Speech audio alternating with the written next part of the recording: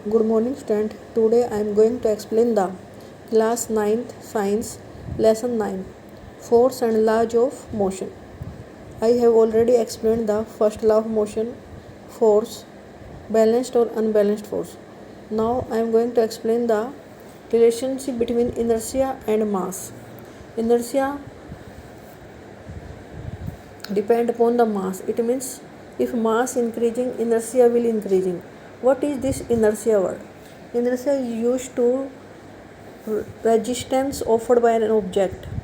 Inertia क्या है? एक रेजिस्टेंस है जो हर एक ऑब्जेक्ट ऑफर करता है to change its state of motion और रेस्ट. अगर हम उसकी ऑब्जेक्ट की पोजीशन को चेंज करना चाहेंगे, वो रेस्ट में हो तो रेस्ट में रहने की कोशिश करता है और मोशन में हो तो मोशन में रहने की कोशिश करता है. तो जो ऑब्जेक्ट की ये प्रॉपर्टी है कि any body try to tend to remain in the position of rest और try to remain in the position of motion. अगर वो चल रही है तो चलती रहना चाहती है, रेस्ट पे है तो रेस्ट पे रहने की कोशिश करती है. और इस प्रॉपर्टी को, इस ऑब्जेक्ट की इस प्रॉपर्टी को क्या बोलेंगे? The property of an object is called inertia. कौन सी प्रॉपर्टी? कि चलती हुई वस्तु चलती हुई रहना चाहती है और रेस्ट पे है तो रेस्ट पे रहने की कोशिश करती है. इस प्रॉपर्टी को क्या बोलते हैं? इनर्शिया. ये डिपेंड करती है मास पर. Inertia is directly proportional to mass. एक एम्प्टी बॉक्स को हम इजीली मूव कर सकते हैं अगर वो रखा हुआ है, जबकि वो फुल ऑफ बुक्स, अगर उसमें बुक्स भरी हुई है तो उसे पुश करना, उसे मूव करना बहुत मुश्किल है. If we kick a stone of same size with equal force it hardly moves. और उस बॉक्स के बजाय वो एक स्टोन हो जो मोटा सा हो, भारी हो, या फुटबॉल को तो हम इजीली किक कर लेते हैं, लेकिन पत्थर को किक करते हैं, करते टाइम हम देखेंगे स्टोन का मास ज़्यादा है तो वो इजीली मूव नहीं होगा. It means inertia depend upon properly with mass. अगर किसी वस्तु का मास ज़्यादा है तो उसका इनर्शिया ज़्यादा होगा. उसे हमें मोशन में ले जाने के लिए, अगर वो स्टॉप पोजीशन में है, रेस्ट पे है, मोशन में ले जाने के लिए ज़्यादा फोर्स लगाना पड़ेगा. अगर हम कंपेयर करें एक 5 रुपीज़ कॉइन को 1 रुपीज़ कॉइन के मुकाबले, उसे मूव करने के लिए हमें क्या करना पड़ेगा? 5 रुपीज़ कॉइन को हमें ज़्यादा फोर्स लगाना पड़ेगा मूव करने के लिए कंपैरिजन टू 1 रुपीज़ कॉइन. अगर हम पहली एक्टिविटी देख रहे हैं उसके हिसाब से, a force that is just enough to cause a small can to pick up a large velocity will produce a negligible change in its motion of a train. अगर हम ट्रेन पे फोर्स लगाएं तो वो मूव नहीं होती. क्यों नहीं मूव होती? क्योंकि जो ट्रेन का मास है ज़्यादा है. लेकिन कार्ट पे तो एक बैल अगर हम लगा दें, 2 बैल से कार्ट आसानी से खींची जा सकती है, लेकिन वही 2 बैल हम अगर ट्रेन पे लगा दें तो क्या वो उसको खींच सकता है? नहीं खींच सकता. तो हम क्या कहेंगे? Train has more inertia in comparison to the cart. Cart होता है छकड़ा गाड़ी जिसे बैल खींचते हैं. तो ट्रेन का भार ज़्यादा होने के कारण उसके अंदर ये इनर्शिया की प्रॉपर्टी ज़्यादा है. इनर्शिया क्या है? It is the property of a object try to remain in the position of rest और इन मोशन.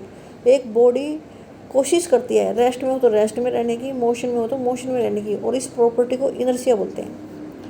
हैवियर और more massive object offer large inertia. जितना ज़्यादा भारी वस्तु होगी उतना ज़्यादा उसका इनर्शिया होगा. Inertia of an object is measured by its mass. तो हम इनर्शिया को किससे नापेंगे? उसके मास से नापेंगे. अगर मास ज़्यादा होगा तो इनर्शिया भी ज़्यादा होगा. Inertia is the natural tendency of an object to resist a change in its state of motion. अब ये इनर्शिया की डेफिनेशन है. इनर्शिया क्या है? एक नेचुरल टेंडेंसी है. ये नेचुरल रूप से हर एक ऑब्जेक्ट में होते हैं.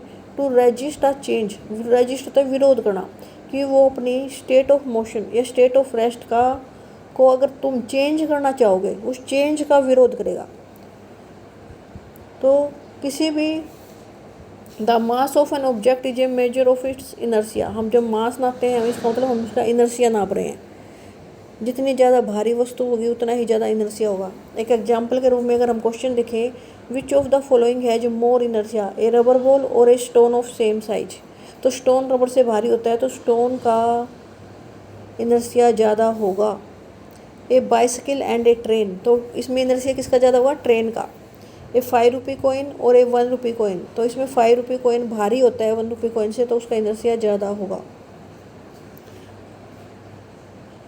इसमें एक क्वेश्चन और है, इम्पोर्टेंट है, जो explain why some of the leaves may get detach from a tree if we vigorously shake its branch. Question number 3 देखो, अगर हम किसी पेड़ की टहनी को बड़ी जोर के हिलाते हैं तो उसके कुछ पत्ते टूट कर गिर जाते हैं, ऐसा क्यों होता है? जब हम फोर्स लगाते हैं तो हम ब्रांच पे फोर्स लगा रहे हैं, उसके पत्तों पे नहीं लगा रहे। तो ब्रांच पे फोर्स लगाने से वो मोशन में आ जाएगी, लेकिन जो ट्री के लीव्स हैं इनर्शिया के कारण वो उसी पोजीशन में रहने की कोशिश करेंगे, रेस्ट में रहने की कोशिश करेंगे, जिससे कुछ पत्ते जो ढंग से उसके साथ अटैच नहीं है वो नीचे गिर जाएंगे due to law of inertia. ये ऐसा होगा। What do you fall in the forward action? Question है, why do you fall in forward action when a moving bus break to a stop? अचानक एक बस, चलती हुई बस अचानक रुक जाए तुम आगे गिर जाते हो। और फॉल बैकवर्ड, और तुम पीछे की तरफ गिरते हो जब ये अचानक रेस्ट पोजीशन से चलने लग जाते हैं, ऐसा क्यों होता है? तो इस क्वेश्चन के बारे में भी ये लॉ ऑफ इनर्शिया के कारण है। इनर्शिया की प्रॉपर्टी के कारण हम जब बस में, चलती हुई बस में है, तो हमारी बॉडी एक मोशन में आने के बाद मोशन में रहना चाहती है। जैसे ही ब्रेक लगता है तो हमारे पैर रेस्ट में आ जाते हैं बस के साथ, लेकिन हमारा ऊपर का जो धड़ है, ऊपर का जो शरीर है, वो मोशन में रहने की कोशिश करता है, जिसके कारण वो आगे की तरफ मूव कर जाता है, फॉल कर जाता है। और ऐसे ही जब हम बस में खड़े हैं और बस भी रेस्ट में है, लेकिन अचानक ही ड्राइवर उसको चला देता है तो हम पीछे की तरफ गिरते हैं, क्योंकि हमारे पैर जो हैं बस के साथ, बस के मोशन के साथ ही गति में आ गए, मोशन में आ गए। लेकिन जो हमारी ऊपर की बॉडी है वो इनर्शिया के कारण रेस्ट में ही रहने की कोशिश करती है, उसी पोजीशन में रहने की कोशिश करती है, जिससे हम पीछे की तरफ गिर जाते हैं।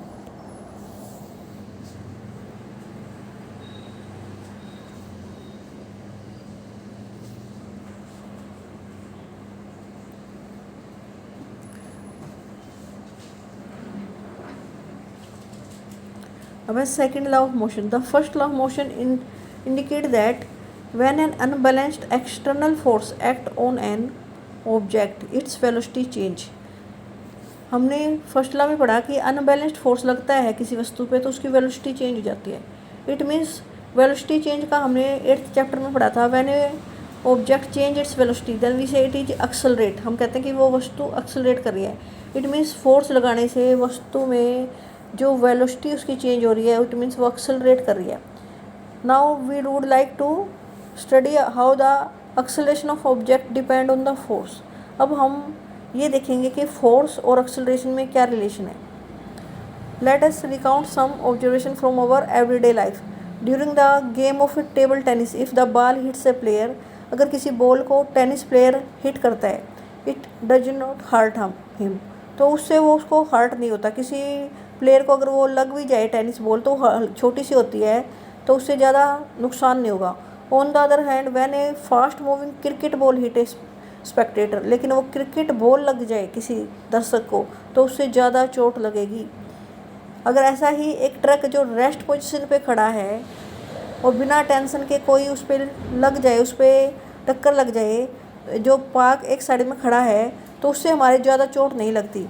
लेकिन एक मूविंग ट्रक है, even at a speed of 5 meter per second, उसकी स्पीड केवल 5 मीटर पर सेकेंड है, इससे एक इंसान अगर टकरा जाता है वो मर भी सकता है।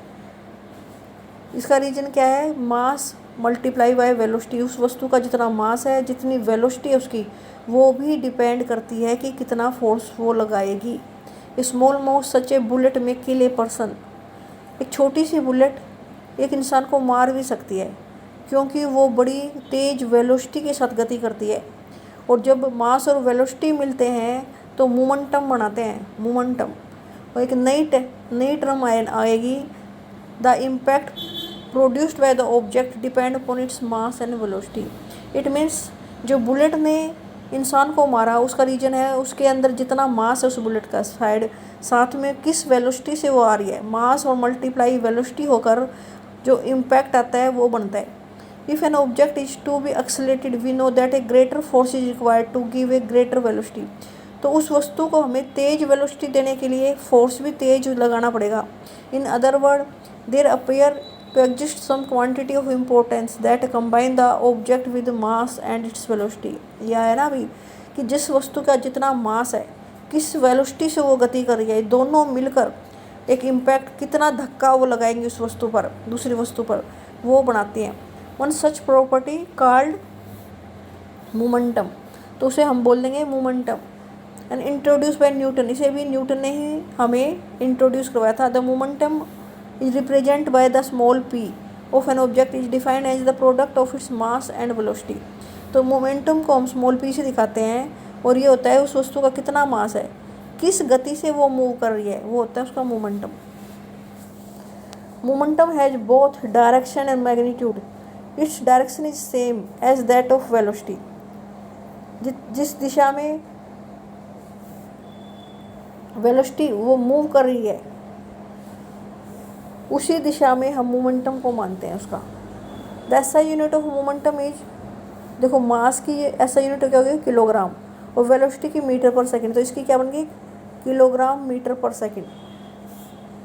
The application of N unbalanced force bring a change in its velocity of the object. अगर हम किसी वस्तु पे फोर्स लगाते हैं तो उसकी वेलोसिटी चेंज हो जाएगी।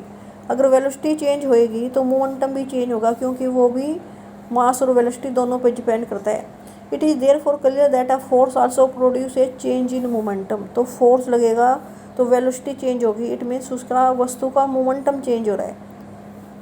मोमेंटम मास पे डिपेंड करता है और मास बार बार चेंज नहीं होता, ये लगभग ये कांस्टेंट रहता है किसी वस्तु का, एक बार जितना मास हो उतना ही रहता है।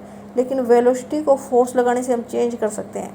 जब हम फोर्स लगाएंगे तो वेलोसिटी चेंज होगी, इट मीन्स हम मोमेंटम चेंज करें उस वस्तु का। अब हम एक सिचुएशन लेते हैं। In car with a dead battery to be pushed along a straight road to give it a speed of 1 metre per second. एक कार है जिसकी बैटरी डेड है, अब उसे धक्का देकर हम उसकी स्पीड बना रहे हैं 1 metre per second, which is sufficient to start its engine. इससे उसका इंजन स्टार्ट हो जाएगी। If 1 or 2 person give a sudden push to it hardly start but continuous push over time. लेकिन लगातार हम उसे पुश करते रहें कुछ टाइम तक तो उसमें ग्रेजुअल एक्सेलरेशन आएगी और कार स्पीड पकड़ लेगी। It means the change of momentum of the car is not only determined by the magnitude of force but also by the time during which the force is exerted. इसका मतलब है time से भी इसका relation है। अगर हम किसी चीज़ पे फोर्स लगाते हैं तो कितने समय तक लगाते हैं। जब हम ज़्यादा समय तक फोर्स लगाएंगे तो उस वस्तु के मोमेंटम में ज़्यादा चेंज होगा। It may not be conclude that the force necessary to change the momentum of object depend on the time also. अगर हमें किसी वस्तु का मोमेंटम चेंज करना है तो फोर्स के साथ साथ it depend upon time also. तो सेकंड लॉ इसी से बना है। न्यूटन ने जो हमें सेकंड लॉ दिया वो क्या था, the rate of change of momentum, यहाँ वर्ड आया रेट, रेट का मतलब होता है time. The rate of change of momentum of an object is directly proportional to the applied unbalanced force. It means F is directly proportional to change in momentum. अगर किसी वस्तु का momentum पहले P1 है, बाद में फोर्स लगाने के बाद P2 हो गया तो F directly proportional to P2 minus P1, change in momentum इसे बोलते हैं। अब इसके बारे में सेकंड लॉ हमारा जो आएगा वो कैसे आया, उसका न्यूमेरिकल एक्सप्रेशन क्या है, उसके बारे में मैं आपको कल पढ़ाऊँगी।